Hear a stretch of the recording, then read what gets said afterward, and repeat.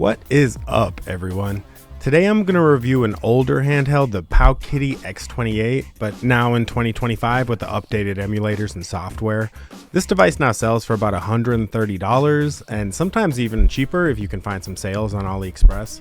This is powered by the Unisoc T618, so it can run through Nintendo 64, Dreamcast, PSP very well, with all the widescreen hacks that you're going to want.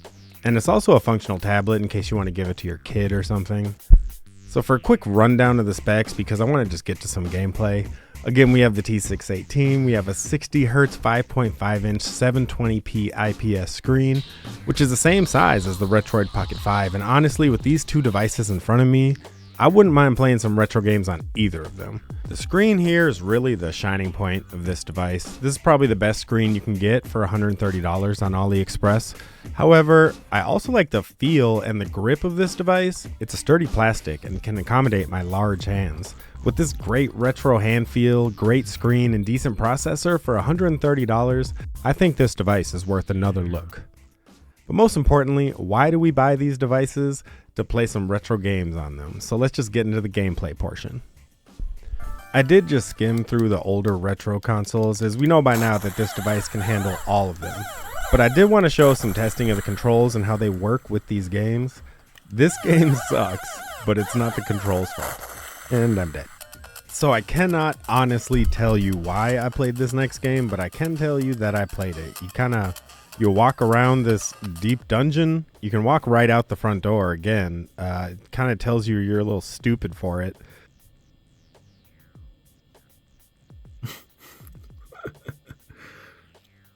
It runs well. Oops. I played another terrific game. This is the game where you drive in front of the Statue of Liberty and then you jump around, and I'm dead. You got to throw in some Super Mario Kart. This game always looks great. It was fun back in the day. I switched between using the D-pad and the joystick in this, and I preferred the joystick. It was actually pretty good for retro gaming. I'm just terrible at this game. It's not the controls' fault at all. And somehow I still managed to win. I guess it's better to be lucky than good. But it looks great on this. You always got to try some Metroid, and also Game Boy Advance looks really good on this 16:9 screen. It's just a good experience. The controls feel pretty retro. I didn't have any problem hitting any directions on the D-pad. It was all good. I enjoyed my time in this game for a little bit. Then this game sucks. I don't. Why does anybody play this?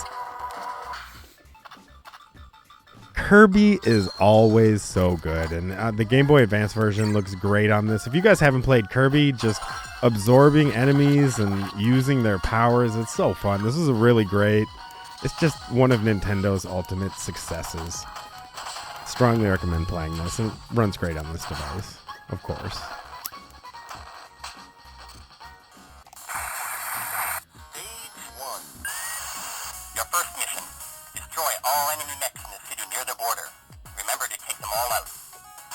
So I just wanted to let you guys hear that part, because if you're like me, this is the stuff of nightmares. Anyway, the nightmare continues as you play this game, and you try to use this controls in this mech game, but I had never played this one before. It's kind of cool. It's a blast from the past, at least.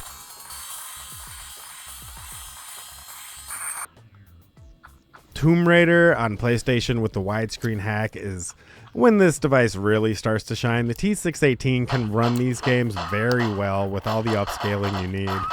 And I've never experienced this game like this. I might have to play through it.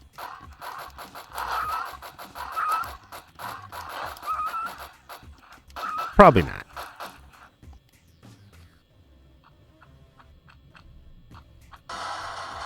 This is one of my favorite games. I actually used to play this on the computer, but the PlayStation release is just fine.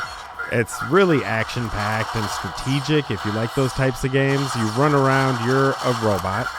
You can recruit turrets onto your side, and you gain points for kills and for capturing turrets. And you can buy your own little minions at your base and send them to attack the enemy's base. And the first one to get one of these minions in the base. It's just a great game, guys. I had a lot of fun. And if you ever can play some split screen co-op or something, this game's amazing. I'm going to have to do another video just on this game. Now, not every Nintendo 64 game is going to work like a dream with the widescreen hacks. It's still, honestly, Nintendo 64 still feels like a work in progress. This game is definitely playable, but you will get slowdowns here and there. Vigilante 8 is an example of a game that will run just fine. I don't think the widescreen hack works on this one, and I think I might have introduced some glitches, but it ran very well. Forsaken 64, this game is a kind of a tribute to Descent on the computer. If you guys don't know anything about that game, maybe you should pick this up. It's pretty difficult to get the controls on Nintendo 64 down, but it's a game. It's a gamey game. This is a gamer's game. Perfect Dark, the widescreen hack is working here, and I'm getting a little audio slowdown, but the gameplay is pretty smooth. I don't have any complaints. I think this whole game could be played, and when this device first launched, good luck playing this game in widescreen. Mace, of course, runs well. This is one of the fighting games I actually had on my Nintendo 64 when I finally got one. I remember it being really good, and I'm not really getting that feeling this time playing it, but it ran really good with the widescreen hack. Hydro Thunder looks good. It's got some glitches on the side, but I remember that from past iterations of Mupen, and I'm just used to it on this device. There's probably a way to fix it, but I thought it was just fine playing it like this.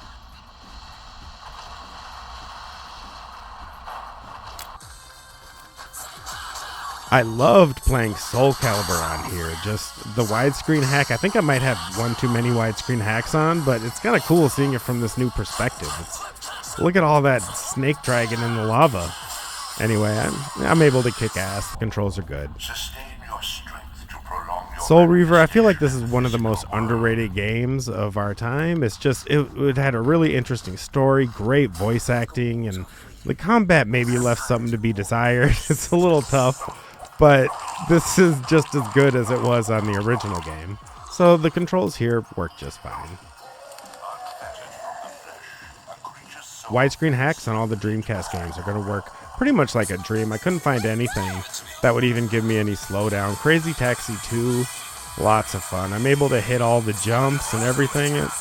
I'd say this is a very great device to play any Dreamcast game on, with the widescreen hacks or not. What is up with this?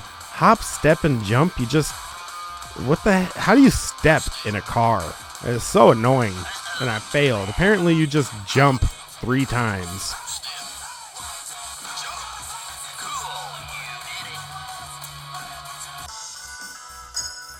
I remember some Project Justice. I don't remember this guy, but I gotta play as him. I actually wasn't sure if I was selecting him or not, so I chose him 3 times, but that's just triple the fun, right? The game played great. I think I eventually beat this guy. I gotta do some fancy little flippy kicks and everything, and yeah, you know, it was a lot of fun. And then this game just takes a turn right here. For the better. I was never really a huge fan of the Space Invaders games, but once this one came out on the PSP, it's a kind of a rhythm game. You can only fire, it kind of feels like you can only fire offbeat, but it has a great soundtrack. It's fun to play, has a bunch of bright lights, and PSP looks amazing on this big 5.5-inch display.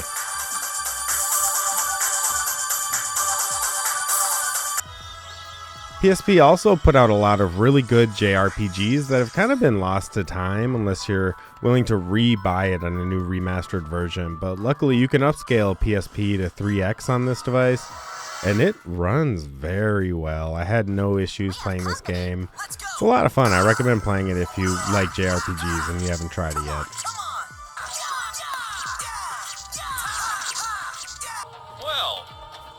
God Eater is a pretty cool series just because they have pretty involved narratives, a lot of choices and progression mechanics, and kind of a 3D open world.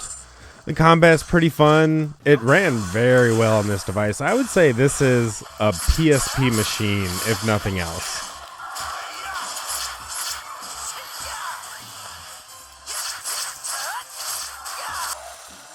Now, in God of War, every once in a while, you just got to get squished. And sometimes you die. That happens in these games. But I can still run with the best of them and beat as many chained lizard pet things as need to get beaten.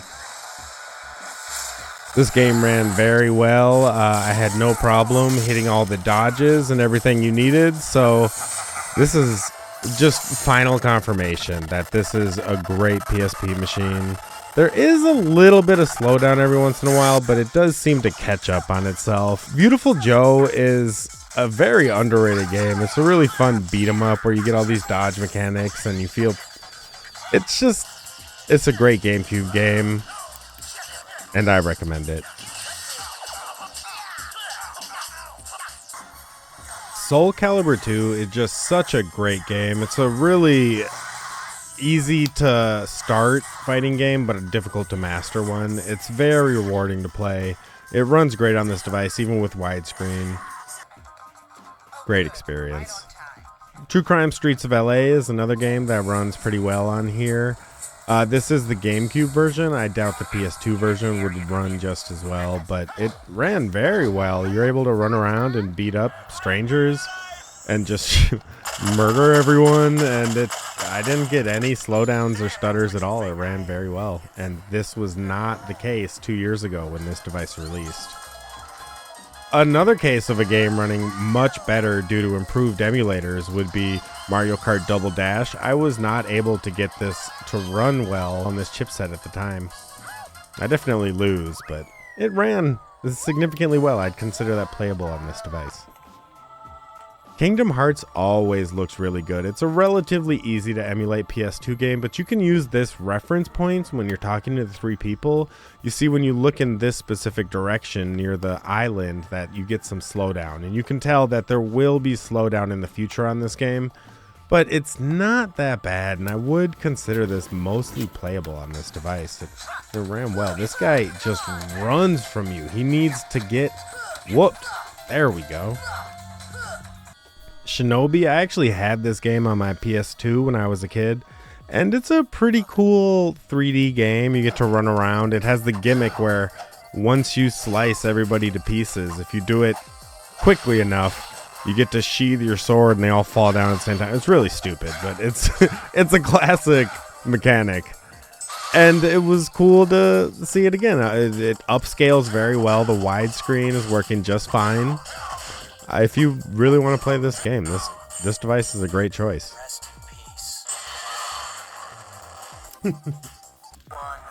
Half-Life is another 3D kind of semi-open world game that can run pretty well on this device from PS2 catalog. This is just such a great game. I don't know if you guys honestly have never played this. This is what birthed all first-person shooters of our era. You're a totally unqualified scientist who pushes a shopping cart into an energy beam, and then you see a bunch of aliens.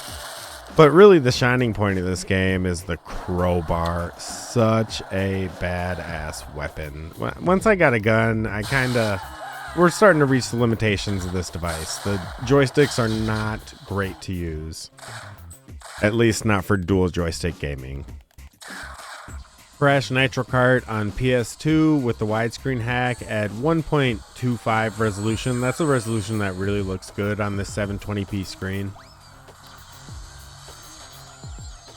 It ran beautifully and it was good to play. The controls worked very well. I don't think for $130 you can get a better experience playing this game.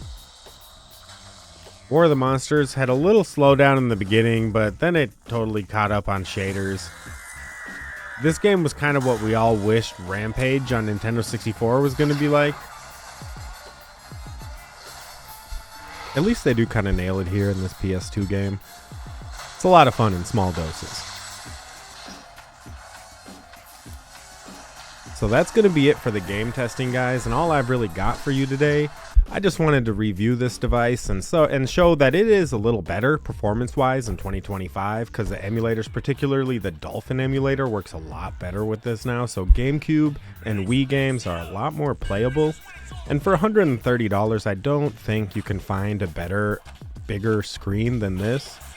The ergonomics of the device are good. It's just really something that kind of got left behind, and it's one of Powkiddy's better devices. I would say this, the X55, and the V10 are their three great devices, and we do want competition in this industry. Competition will give us just better and better devices. So that's it, you guys. If you're interested in this device, you can get it from AliExpress. Sometimes it's even close to $100 on a good sale with coupons. Other than that, until next time, everybody.